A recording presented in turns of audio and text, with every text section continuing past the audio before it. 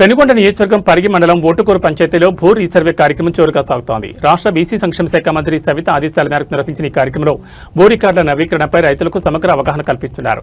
పరిగి మండల TDP convener SN Govindareddy, Parigi tahsildar Haseena Sultan ఆధ్వర్యంలో కొనసాగుతున్న ఈ కార్యక్రమంలో భూముల కొలతలు, హక్కుల నమోదు, ఆన్లైన్ రికార్డుల ప్రక్రియపై అధికారులు వివరించారు.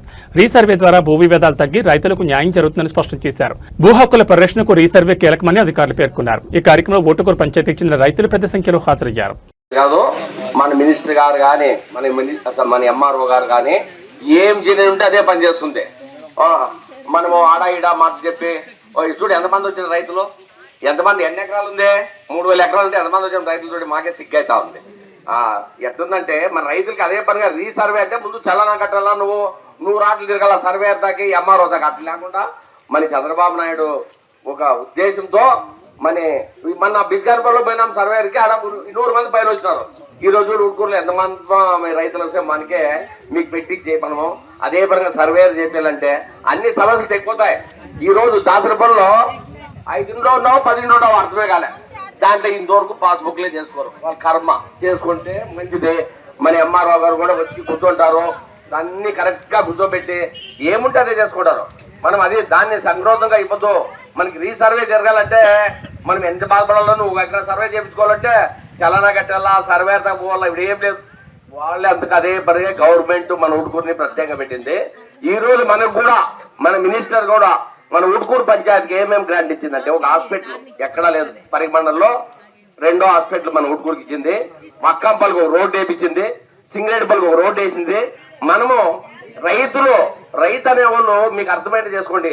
ఈ రోజు ఎంఆర్ఓ గారు వచ్చి కూర్చొని ఈ సౌకర్యం మరి కొలిసేకి వస్తారంటే మనం ఎంత సంతోషపడాల్సిందిగా నేను చెప్తాను. రైతులకు అదే కూర్చొని ఒక 60 కొట్లాడుకోవచ్చు, రేపు కావచ్చు. పార్టీలకు అతీతం, పార్టీలు ఇంగిపోతుంటారు, రేపు వెళ్ళిపోతాయి.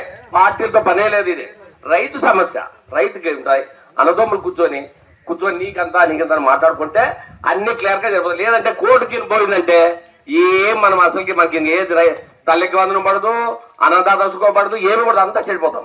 దయచేసి అదే నేను కోరుకోలేదు మన ఉటుకూరు గ్రామ ప్రజలకి. రైతులు అంటేనే మన చంద్రబాబు నాయుడు రైతు అంటేనే రైతులు.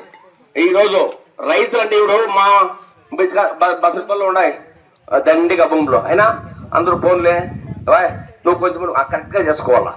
ఆ దాసరపల్లిలో 5 మంది ఉంటే అట్లా పాస్బుక్లు కూడా కాయలే.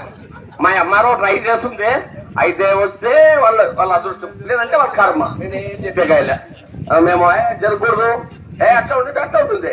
అది ఈసారికి ఫ్రీ ఓడ్లోకి అది వెళ్ళిపోయిందంటే కలెక్టర్ లాగిన్లోకి ఎవరు చేత కూడా అయ్యలేదు. దానికే ఈ రోజు ఎంఆర్ఓ గారు, మేడం నాకు దయచేసి మేము ఉన్నట్లే, మా మినిస్టరు నేను కన్వీనర్ గా ఉన్నట్లే మా ఉటుకూరు రీసర్వే బాగా చేయాలి మేడం అని కోరుకుంటే, మేడం కూడా పాపం ఎంతో సహకరించి అదే లేకపోతే ఉటుకూరు కూడా చేస్తానంటుంది.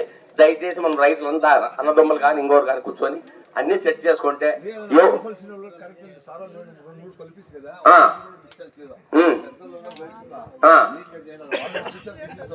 ఈ రోజు కూడా సర్వేయర్ కూడా మండల సర్వేయర్ కూడా చాలా మంచి పిల్లోడు. సర్వేయర్లు కూడా మనకి 4 రైతులు ఉన్నారు. సర్వేయర్లు కూడా మెరకున్నట్టున్నారు. సర్వేయర్లు కూడా చాలా ఇంట్రెస్ట్ గా పనిచేస్తారు. అట్లా పిల్లలకి మంచి పేరు వస్తుంది. ఇప్పుడు సురేష్ అని ఉన్నాడు హిందూపులో, ఆయన పేరు సర్వేయర్ అనే దానికి ఒక నేర్చుకోండి.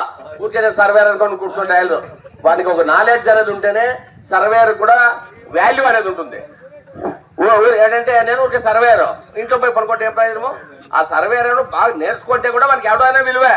ఈరోజు మన హిందూపురం సురేష్ అని ముందు అంతా కేరళ వాళ్ళు ఉంటామండి, ఇప్పుడంతా మనకి